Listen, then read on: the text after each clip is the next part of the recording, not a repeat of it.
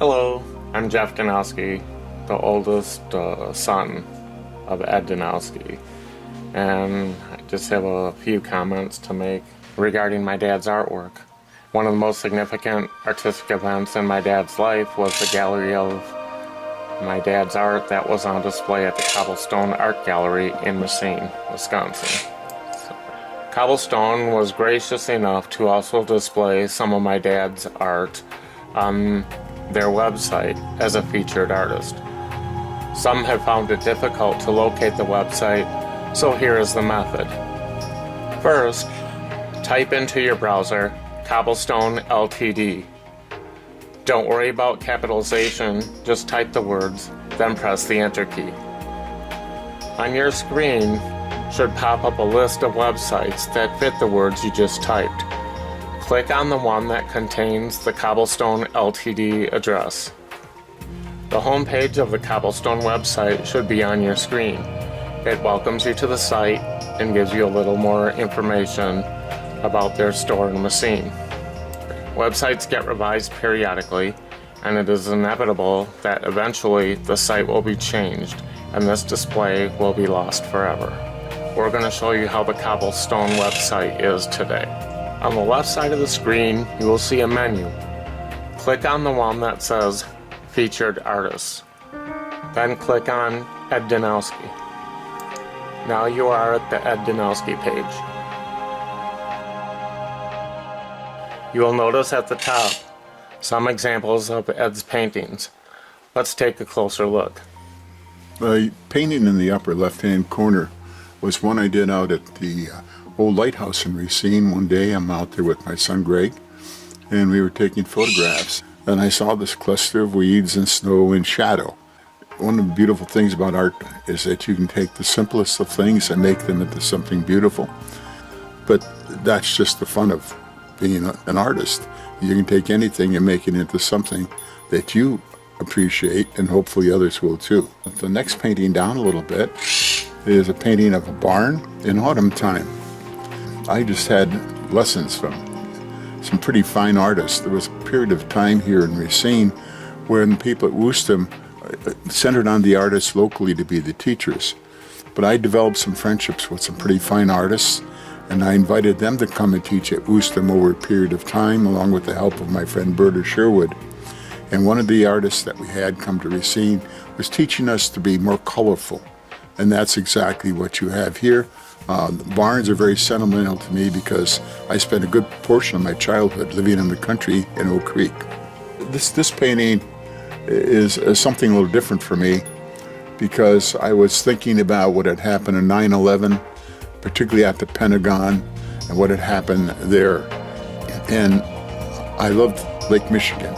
Anyway, and I tried to use some of the scenery I've known at Lake Michigan with rocks and water and splashing to capture the trauma of what that must have been like, and also reflect some of God's efforts to show us what He can do. One of my very favorite things is to watch birds. Watch their grace, watch their actions, watch them resting. It's something I believe that St. Francis had a better grasp on than most people today, where you actually take the time, stop, and see what they do. Actually, we've had a couple of pet birds in the family. I had a pet crow years ago that I wrote about and found out they were more just than winged creatures. My son Greg has a little green bird right now that has a personality all of its own. But as bystanders, we seldom notice just what they do and how much of a personality they have. I particularly like blue jays, cardinals, and I like some of the smaller birds too. And so one day in my backyard, I'm looking out the window and I said, oh, look at that beautiful blue jay. Took a photograph of it, and that became the painting that you see here. One of my very, very favorite spots in all of Racine here is the lighthouse out at Wind Point. It's a place I've taken guests, friends like Mandy when she's been here to visit. Others, my family, we've gone and sit and had lunch there. We've done many things there. We've sketched it many times. One day in particular, we were out there watching the lighthouse, walking around and around, and I saw these seagulls just floating around out in space around it. I couldn't resist it, and that's something that became the subject of another painting for me, as you see here. This lighthouse, I mentioned lighthouses having a warm spot in my heart. This lighthouse in particular has a very touchy spot. It's not there anymore. But for years it was a landmark. I've seen black and white photographs of this lighthouse with ice frozen around it and people stalled out there 3 miles out into the lake. It was quite a landmark. And my dad, as a boy, used to swim out to that all the time. And when I found a black and white photo of that, I did research about color and everything else. So I thought I'd try to bring that memory alive for my family, remembering my dad and others that traveled out to that lighthouse back and forth. Below the artwork is a promo photo of my dad in front of the cloud painting. Below the photo is a little commentary on my dad's work. I'll give you a few moments to look it over before proceeding.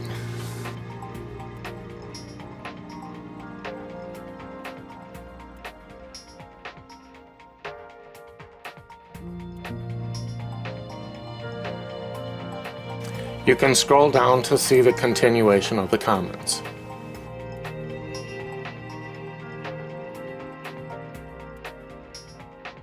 You'll notice some underlighted and colored text.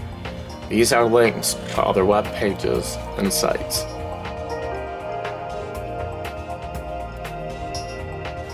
If you click on the Jeff Danowski link, you'll see a few pieces of art and books that I had published. First book I had published was the Teddy Bear Necklace. I went into journalism with a dream of someday publishing my own books. But as a journalist, I never found time to write. I was successful in my 10-year active career, winning state and national awards when I worked in Wyoming. When I came back from Wyoming, because of the changing nature of the journalism field, I opted to get out of it.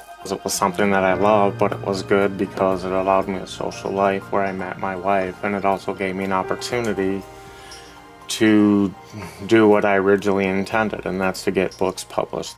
I came up with the idea for the book around Christmas time when I was helping my church distribute the gifts that were purchased for the underprivileged.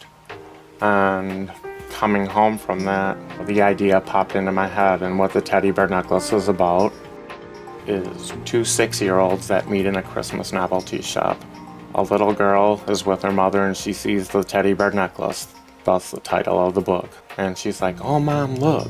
And the mom told her that they couldn't afford to buy the necklace, and that's not what Christmas was about. The little boy overheard the discussion, and when he got home, he asked his parents to help him write a letter to Santa Claus. He wanted Santa Claus to keep some of his toys so that the girl could get the necklace.